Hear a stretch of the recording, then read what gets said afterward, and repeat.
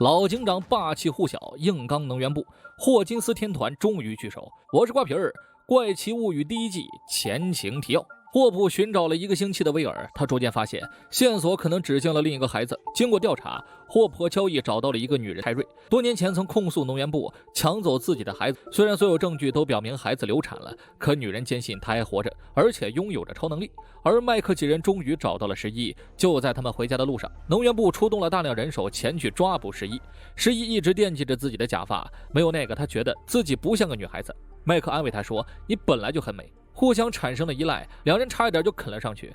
无线电突然传来了卢卡斯的声音，他此时正拼命向兄弟们奔去，大喊着让大家快逃，坏人们已经过来了。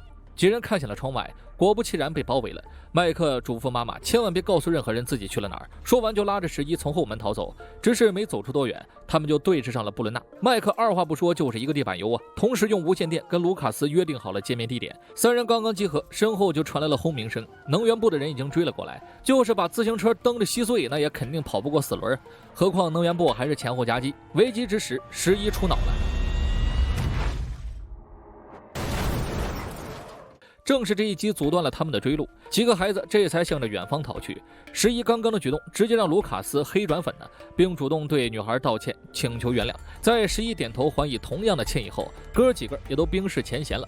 卢卡斯很快就把自己收集到的情报告诉了众人，能源部就是罗盘指向的终点，那通往颠倒世界的入口一定就在里面，外面重兵把守还是军事重地，是一个无法突破的堡垒。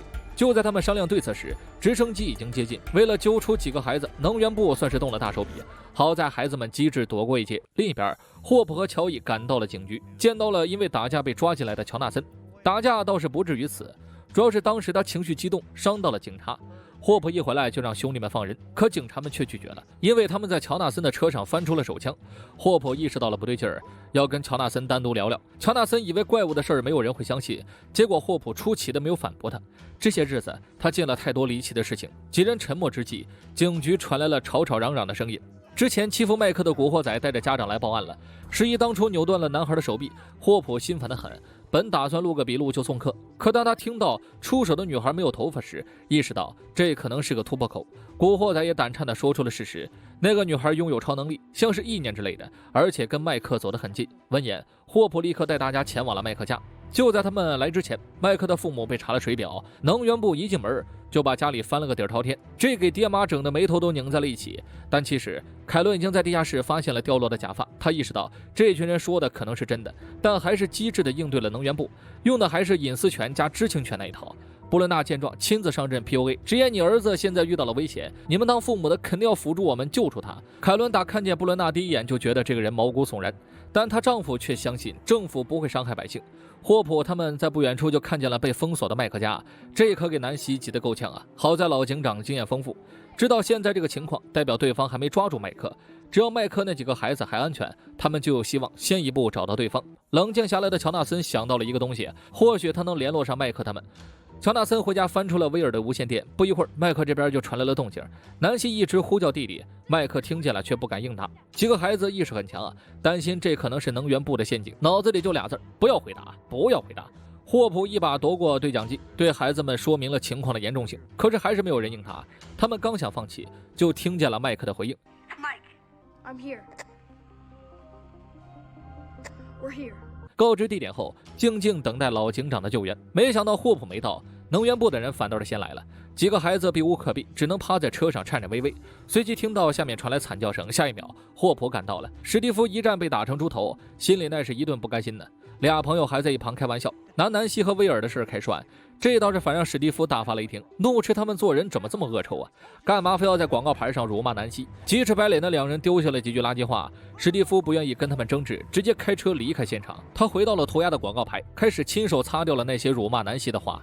天色已经黑了，霍普把孩子们带了回去。霍金斯小队依然聚齐，他们开始交换情报。麦克他们说出了颠倒世界入口就在能源部，而霍普佐证了这一点，因为他去过那下面。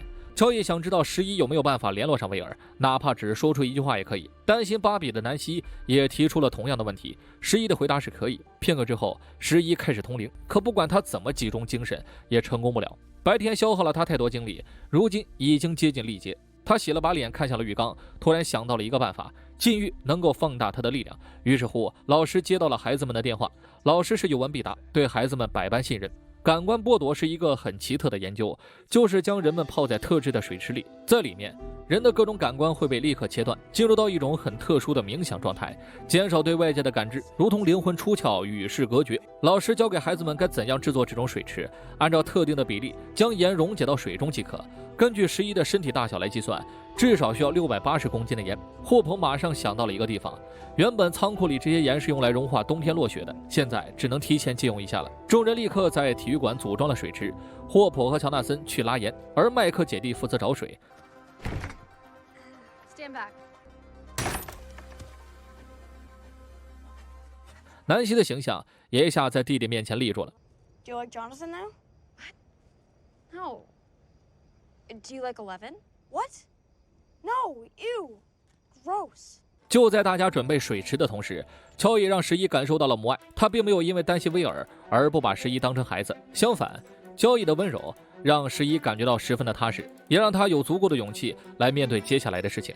很快，一大袋盐倒进了恒温的水池中，达斯汀放入鸡蛋，死水让鸡蛋漂浮了起来。剥夺感官水箱就这样制作完成了。11戴上密封好的潜水镜，在霍普和乔伊的搀扶下躺进了水中。这一刻，他的力量被放大了。在颠倒世界里，11第一个寻找的目标是芭比。他看到一个被各种粘稠物包裹的身体，靠近一看，芭比早已死去多时。他在惊恐中把消息传递给了众人。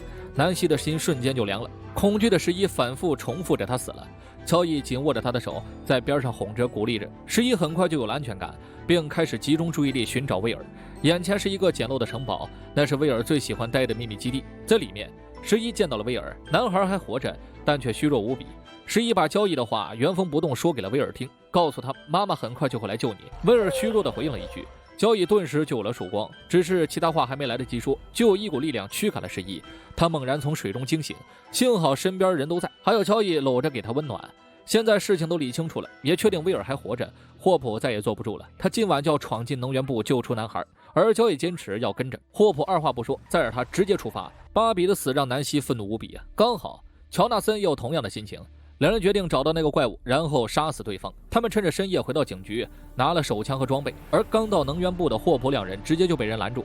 布伦纳分头审问他们，对于眼前这个男人，乔伊是绝对不信任，什么 PUA 也顶不住啊！对于一个伪造儿子死亡，直接导致悲剧接连上演的人，乔伊给他的回应只有绝对冷漠。相比之下，霍普就不好过了。他2次闯入能源部，肯定是知道了些什么。里面的人疯狂电聊霍普，想要弄清楚他到底知道了什么。而霍普的回答是：我全都知道。能源部的人见状就打算上药。